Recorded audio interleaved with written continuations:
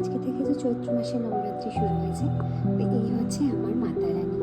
মাকে সকালবেলায় আমি স্নান টান করিয়ে সুন্দর নতুন পোশাক পরিয়ে মায়ের শৃঙ্গার করে মায়ের পুজো তো সকালে করে নিয়েছি। আর এই যে হচ্ছে আমার ছোট্ট গন্ডু দাদা।